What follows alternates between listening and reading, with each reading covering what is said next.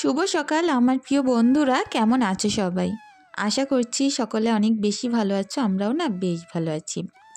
ভোর ভোর ব্লগটি শুরু করলাম, আশা করছি তোমাদের অনেক ভালো লাগবে। তো সিমরানকে প্রত্যেক দিন এরকম ভোরবেলা ঘুম থেকে তুলে স্কুলে পাঠাতে হয়, যেহেতু অনেক সকাল সকাল ওদের স্কুল শুরু হয়, আবার এতটা পথ গাড়িতে করে যায়। তো এখন উঠে আমার পুরো মাথা খারাপ হয়ে যাচ্ছিলো যে এত ভোর কুয়াশার মধ্যে কী করে ওকে বাইরে পাঠাবো। তো যাই হোক, তার মধ্যে টিফিনটাও রেডি করেছিলাম। আর কুয়াশাটা বেশিক্ষণের জন্য ছিল না, ওই ঘন্টাখানেক, তারপরেই কেটে গেছে। তো অত কুয়াশার মধ্যে তো আর সেইভাবে কাজকর্ম করা যায় না, তবে যতটা পেরেছি বাইরে টুকটাক করেছিলাম। আর এখন থেকে আবারও শুরু করলাম। তো সকাল 6টা থেকে সংসারের সমস্ত কাজকর্ম আজ করা শুরু করছি। বাসনগুলো সুন্দর করে আগে ছাই দিয়ে মেজে নেব। আর ঈশা যেহেতু একা আছে, মানে আজকে আমি যেখানেই কাজ করব আমার পাশে পাশে ঘুরে বেড়াবে। আজকে ওর পাপাও বাড়ি নেই, সিমরানও বাড়ি নেই। তো সেই কারণে আমি কাজ করছিলাম আর ও কিন্তু আমার পাশাপাশিই ছিল, সামনে ছিল, খেলা করছিল। তো যাই হোক, একা মানুষ হলে বাচ্চা কাচ্চা এরকম দুচোখো করেই রাখতে হয়। তা নয় কি বলতো, আমাদের বাড়ির আশেপাশে যেহেতু চারিদিকটাই পানি, ওই কারণে না একা একা ছাড়তে পারি না। আর কাল আমার অনেক বন্ধুরা জিজ্ঞাসা করেছো যে ঈশার শরীরটা এখন কেমন আছে। তো ঈশার শরীরটা আজকে অনেকটাই বেটার আছে, কারণ দুপুরের পর থেকে দেখছি অনেক সুন্দর খেলাধুলো করছে, কথা বলছে, আবার খাওয়া দাওয়া করছে। তো আমি তো এই 2 দিন অনেকটা বেশি চিন্তায় পড়ে গেছিলাম, আর সেই পরিমাণে নিজেও অসুস্থ বোধ করছিলাম, কারণ 2-3টে দিন রাত জেগে জেগে পুরো অসুস্থ মতো লাগছিল আমার। তবে কি বলতো, যখন থেকে দেখলাম ঈশা খাচ্ছে যাচ্ছে, তো আমার শরীরটা পুরো ঠিক হয়ে গেছে। বাচ্চা কাচ্চা অসুস্থ থাকলে মায়েদের দেখবে আলাদা রকম একটা চিন্তা, অস্বস্তি কাজ করে।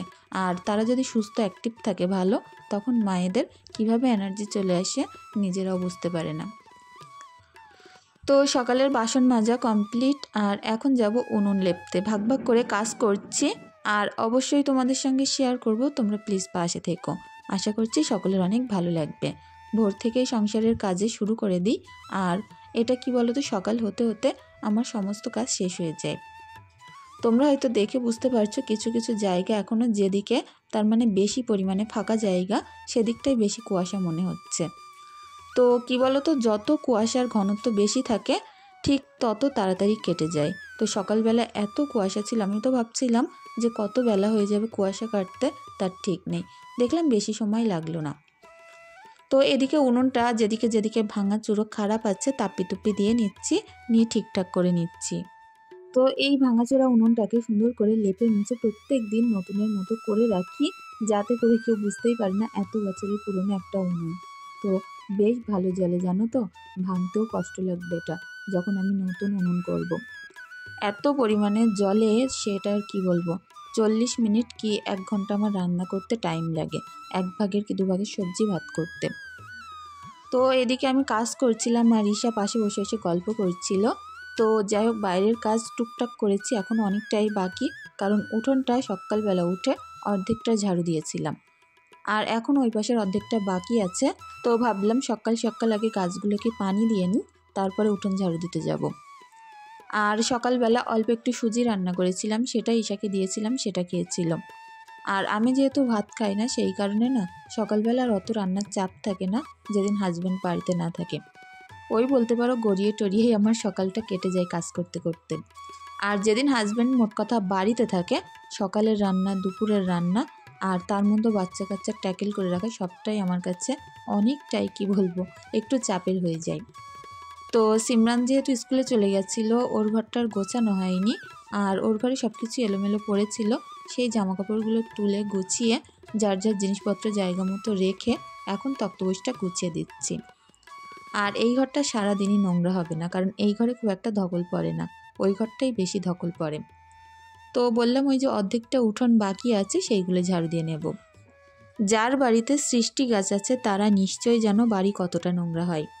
আর আমার বাড়ি বিশেষ করে অতিরিক্ত ঘাস লতাপাতা জন্মে আছে, সেই কারণে না উঠোনটা আরও বেশি বাজে লাগে। এতই পরিষ্কার করব, তারপরে ওই ঘাস লতাপাতার মধ্য থেকে নোংরাগুলো বেরোতে চায় না। তো এই পাতা যদি আমি জড়ো করে রাখি, মিনিমাম 2-3 বস্তা করে পাতা হয়ে যায় আমার।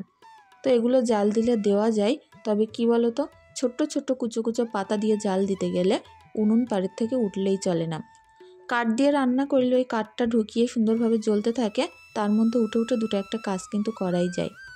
আর পাতা দিয়ে রান্না করলে বারবার নিভে যায় আর একটু অসুবিধা হয়, সেই কারণে পাতাগুলো না আমাদের পাশের বাড়ি একটা বউ আছে, সে এসে সবটাই নিয়ে যায়। আমি এরকম ঝাড়ু দিয়ে গোটো করে রাখি।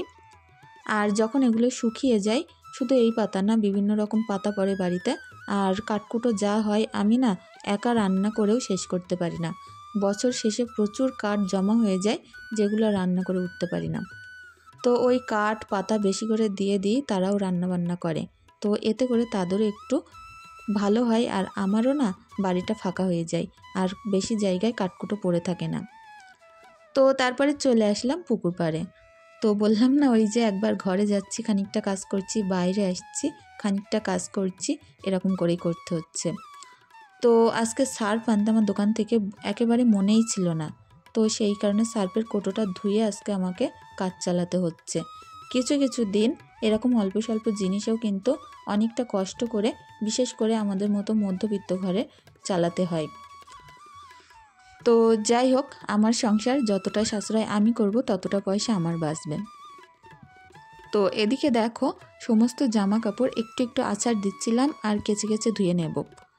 আর সকালের টাইমে আমার সমস্ত কাজকর্ম হয়ে গেছে, আর সকাল সকাল স্নানটাও করে ফেলবো। তো সকাল 8:30টার মধ্যে সংসারের যাবতীয় কাজ করে স্নান সেরে ফেলে কতটা আজর লাগে জানো তো, বেশ ভালো লাগে। আর বিশেষ করে বাড়িতে যখন কেউ না থাকে, তখন তো কাজের পরিমাণটাও কম থাকে। সকালে রান্না না থাকলে সকালটা একটু ফ্রি থাকে, সেই টাইমটা একটু বাচ্চাদের পেছনে টাইম দেওয়া যায়, নিজের পেছনেও দেওয়া যায়। তো কাল যে ভিডিওটি দিয়েছিলাম, যেখানে আমি একটা টনিক দেখিয়েছিলাম আমার চুলে মাখার পরে অনেকটাই উপকার হয়েছে, তো মাহি বোন আমাকে ওর লিঙ্কটা দিতে বলেছ। তো আসলে ওটা অফলাইন থেকে আমার নেওয়া। তো আমি যে জর্দান কোম্পানি যে লোকেরা আছে, তো এখান থেকে নিয়ে, আমাদের এখানে অফিস আছে, তো নিলে না অনেকটাই লেস করে নেয়, একটু কম হয়। আর অনলাইন থেকে নিলে একদমই যা দাম লেখা থাকে সেইটাই নেয়, কি তার থেকে আরও 20-50 টাকা বেশি নেয়। তো তুমি যদি চাও অবশ্যই ফ্লিপকার্ট থেকে নিতেই পারো, জর্দান হেয়ার টনিক বলে সার্চ করবে, অবশ্যই পেয়ে যাবে। আর যদি আমি যেখান থেকে নিই সেখান থেকে নিতে চাও, আমাকে কমেন্ট করে বলো, আমি চেষ্টা করব এখান থেকে কোনোভাবে পার্সেল করে পাঠানো যায় কি, তো সেইভাবে দিয়ে পাঠাবো। তো যাদের এরকম চুল পড়া সমস্যা, তারপরে চুল পুরো শক্ত হয়ে থাকে, মনে হয় হাত দিলে কাঠখোট্টা টাইপের লাগে, তো তারা এই টনিকটা আর শ্যাম্পুটা ব্যবহার করে দেখবে, বেশ উপকার হয়। আমার চুল ইদানিং করে বেশ শক্ত এবং কেমন জানি একটা হয়ে গেছিলো, আর প্রচুর পরিমাণে চুল উঠত। যেখান থেকে করে ওই টনিকটা ব্যবহার করছে, শ্যাম্পুটা, দেখছি পুরো চুল ওঠা একেবারে কমে গেছে, আর সেই পরিমাণে চুলটা বেশ সুন্দর সফট আছে। তো যাই হোক, তারপরে স্নানটা সেরে এদিকে ঘরে আসলাম। আর ঈশার যেহেতু জ্বর, সেই কারণে ফলের রসটাইগুলো বেশিই খাচ্ছে, ভাত সেরকম খাচ্ছে না। তো ওকে একটুখানি ডালিমের রস করে দিচ্ছিলাম, আর এই যে ডালিমটা ছিল প্রচুর লাল, আর আমি এদিকে রস বার করে দিচ্ছিলাম, ওর হবে না, ও নিজে নিজেই রসটা বার করবে। এর সঙ্গে যে মেশিনটার সঙ্গে একটা গেলাই দিয়েছিল, সেটা হারিয়ে ফেলেছি, তো এরকম কাপ টাপ দিয়েই এখন রসটা ধরি। তো ঈশাকে একটুখানি ফলের জুসটা খাইয়ে দিয়ে এখন যাব জামা কাপড়গুলো মেলতে রোদ্রে। আজকে না রোদ্রের তেমন জোর নেই, ওই কুয়াশা কুয়াশা ছিল যেহেতু ভোরবেলার টাইমে, আর দেখছি রোদ্দুরটাও তেমন গায়ে লাগছে না। এই যে জামা কাপড়গুলো এত সকালে আমি মেলে দিয়েছিলাম, বিকালে যখন তুলেছিলাম তখনও দেখেছিলাম কিছু কিছু ভিজে। তো বোঝো আজকে রোদ্রের কতটা বেশি জোর। তো এই কটা দিন ঠান্ডাও বেশ কম, একদম ঠান্ডা লাগছে না বললেই চলে। মাঘ মাসে এসে কি এমন ঠান্ডা কম পড়ে কি বুঝতেই পারছি না। তো এদিকে সবজি আলা এসেছিলো, একটু সবজি নিলাম, সিম নিয়েছি, পুরো দানাওয়ালা সিম, আর ফুলকপি। ফুলকপির সিজনে আমার খেতে অনেক বেশি ভালো লাগে, প্রত্যেক দিন কি একদিন বাদে একদিনও যদি ফুলকপি হয় তাতেও আমার আলিস্যি নেই, অনেক ভালো লাগে। মাছ দিয়ে, মাংস দিয়ে, সব কিছু দিয়েই আমি রান্না করি। তো আজকে ওই ফ্রিজ থেকে কপিস মাছ বার করেছি, সেগুলো সুন্দর করে নুন হলুদ মাখিয়ে একদম কড়কড়ে করে ভাজা করে নেব, নিয়েই ফুলকপি আলু দিয়ে রান্না করব। তো রান্নাটা যখন বসিয়েছি তখনই হাজব্যান্ড এসে হাজির, আর বলছে যে রান্না টান্না করতে হবে না, বিরিয়ানি কিনে এনেছে দুপুরবেলা, তাই দিয়েই খেতে। তো তো আমি বললাম দুপুরবেলা তা না হয়ে যাবে, কিন্তু রাত্রে গিয়ে তো আমার সেই রান্না করতেই হবে, তো রান্নাটা সেরেই নিই। বিরিয়ানি আছে, থাক দুপুরে খাবো, আর এখন যেটা রান্না করছি সেটা রাত্রে খাবো। তো সেইভাবেই না কাজ করছিলাম। তো ওরা তর সইছিল না, হাজব্যান্ড আবার বাচ্চাদেরকে সবাই বেড়ে দিয়েছিল, দিয়ে সিমরান খাচ্ছিল, ঈশাকে কগাল খাইয়ে দিচ্ছিল। আর আমি বললাম আমি খাবো না, কারণ টিরিয়ানিগুলো আমি সেরকম খাচ্ছি না। তো শুনছিল না, জোর করে করে আমার মুখে ভরে দিচ্ছিল। তো যাই হোক, রান্না করছিলাম আর আমি আজকে খাচ্ছিলাম। এমনিতেও কি জানো তো, সকাল থেকে আজকে তেমনভাবে কিছুই খাইনি আমি, আর একটু খিদেও ছিল। কাজকর্ম করতে করতে না খাওয়ার কথাই ভুলে গেছি। এমনিতেও একটু হালকা পাতলা যা খাই সেটাও আজকে আর সেইভাবে খাওয়া হয়নি। তো দেখো সুন্দর করে সিম আলুটা বসিয়ে দিয়েছি, আর এটা সুন্দর করে একেবারে গলিয়ে পুরো ঘুটে ফেলবো। আর আমার না সিমের তরকারি সবসময় পুরো ঘুটে ফেলবো, আর দানাগুলো আস্তে আস্তে থাকবে, এইরকমই ভালো লাগে। তো তোমরা যারা সিম খাও কিংবা সিম রান্না করো, একবার এরকম সুন্দর করে কষা কষা করে ঘুটে ফেলবে, আর তেল বেরিয়ে যাবে পুরো, নাড়তে নাড়তে সেরকম ঘুটে দেখবে, অনেক মজার লাগে। তো যাই হোক, এদিকে একটু বেশি করে পানি দিয়ে ঢাকা দেবো, আর জালটা দেবো একদমই আস্তে আস্তে, যাতে করে এই পানির মধ্যেই সিমটা গলে যায়। তো এখন ওই 15 মিনিট মতো বাদে আসছে, আর দেখো একেবারে সিমটা গলে গেছে। আর এরকমভাবে নাড়তে নাড়তে পুরো মাখো মাখো করে ফেলবো। আর এটা দিয়ে ভাত মাখালে পুরো ভাত তো সবুজ সবুজ হয়ে যায়, আর তেমন বেশি মজার লাগে। তো যাই হোক, তেলও বেরিয়ে এসেছিলো, আর সিমটা আমি নামিয়ে নিয়েছিলাম, লাস্টে একটু জিরের গুঁড়ো দিয়েছি। আর এখন করব ফুলকপি আলু দিয়ে মাছের তরকারিটা। তো সকালবেলা উঠে রুটিনটা যদি সেট করে কাজ করা হয়, অনেক তাড়াতাড়ি রান্না বান্না কাজকর্ম সবটাই কিন্তু হয়ে যায়। তো আজকে পুরো একেবারে আলিশি না করে একটানা সব কাজ করে নিয়েছি, আর অনেক সকাল সকাল না আমার রান্নাবান্নাগুলোও হয়ে গেছিলো। তো হাজব্যান্ড বাড়িতে এসে ওদিকে খাচ্ছিল, আর আমার কিন্তু মুখে ভরে ভরে দিচ্ছিল। তো যাই হোক, যতই চেষ্টা করি টিরিয়ানি খাবো না, তবে ওই যে জোর করে খাওয়াই। আর এত ভালো মন্দ প্রত্যেক দিন সন্ধ্যাবেলা হয় চাউমিন, তা না হয় পেঁয়াজি, তা না হয় চপ, তা না হয় মোমো, এরকম টাইপের খাবার দাবার এনে দেয়, সেই খেতে বাধ্য হই। তো ওগুলো আমি যতক্ষণ না দেখি খেতে ইচ্ছে করে না, আর সামনে যদি এনে বারবার খাও খাও বলে, তখন না আর আমি সামলে রাখতে পারি না নিজেকে। তো এটাই হয়েছে ব্যাপার। যতই কষ্ট করে সারা দিন সকাল থেকে না খেয়েছিলাম, আর এখন ওই বিরিয়ানি মুখে মুখে ঠেসে দিচ্ছিল, আর খেতে বাধ্য হলাম। তো এদিকে দেখো ফুলকপি আলুটা সুন্দর করে কষা করে নিলাম, আর অনেকক্ষণ যাবৎ তেলে ভাজা ভাজা করে নিয়েছি।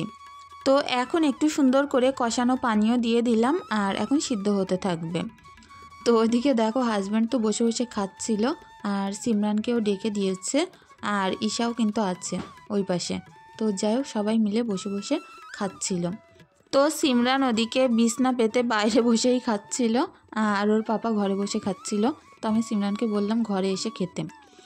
তো দেখো রান্নাবান্না করছিলাম, আর এইভাবে মুখে মুখে ঠেসে দিচ্ছিল, সেই খেতে বাধ্য হলাম। আজকে দুপুরে না আর ভাত খাওয়া লাগবে না। তবে যাই বলো, এইরকম কপাল কজনার হয় বলো, এইরকম ভাগ্য। যাই হোক, খেতে না চাইলেও জোর করে ঠেসে মিশে ওইভাবেই খাওয়াবে। এটা শুধু এখন বলে কথা নয়, সবসময় এরকমই করে। আর রাত্রেবেলা করে বেশিরভাগ কাজের থেকে বাড়ি এসে ওইভাবে গালে তুলে খাইয়ে দেয়। আর আমার মনে হয় আমার সংসারে হয়তো খুব বেশি অর্থবিত্ত, টাকা পয়সা অনেক কিছুই নেই, যেটা হয়তো অনেক সংসারে আছে। তবে এখানে কি আছে জানো তো, প্রচুর বেশি শান্তি, সুখ এবং ভালোবাসা। যে সংসারে ভালোবাসা আছে সেই সংসার কিন্তু অনেক বেশি, আমি মনে করি, অনেক শান্তির স্থান। যেখানে ঘুমাতে গেলে না লাগে কোনো ওষুধ, না লাগে কোনো বড়ি, চোখ বন্ধ করলেই পাতা জুড়িয়ে যায়। তো এর থেকে শান্তির স্থান আর কিছু আছে কি বলো তো? আমি মনে করি এটাই আমার শান্তি। আর আমি হচ্ছে এই দিক থেকে অনেক বড় লোক, যেটা হয়তো অনেকের কাছেই নেই, সেটা আমার কাছে আছে। তো যাই হোক বন্ধুরা, আজকের ভিডিওটি এখানেই শেষ করছি। সকলে অনেক ভালো থেকো, সুস্থ থেকো, আর আমার ভুল ত্রুটিগুলো অবশ্যই ক্ষমা সুন্দর দৃষ্টিতে দেখো। তো আজকের ভিডিওটি আর বেশি দূর বাড়াবো না, আর যাওয়ার আগে অবশ্যই সুন্দর সুন্দর কমেন্ট করে যেও। ধন্যবাদ, সকলে অনেক ভালো থেকো।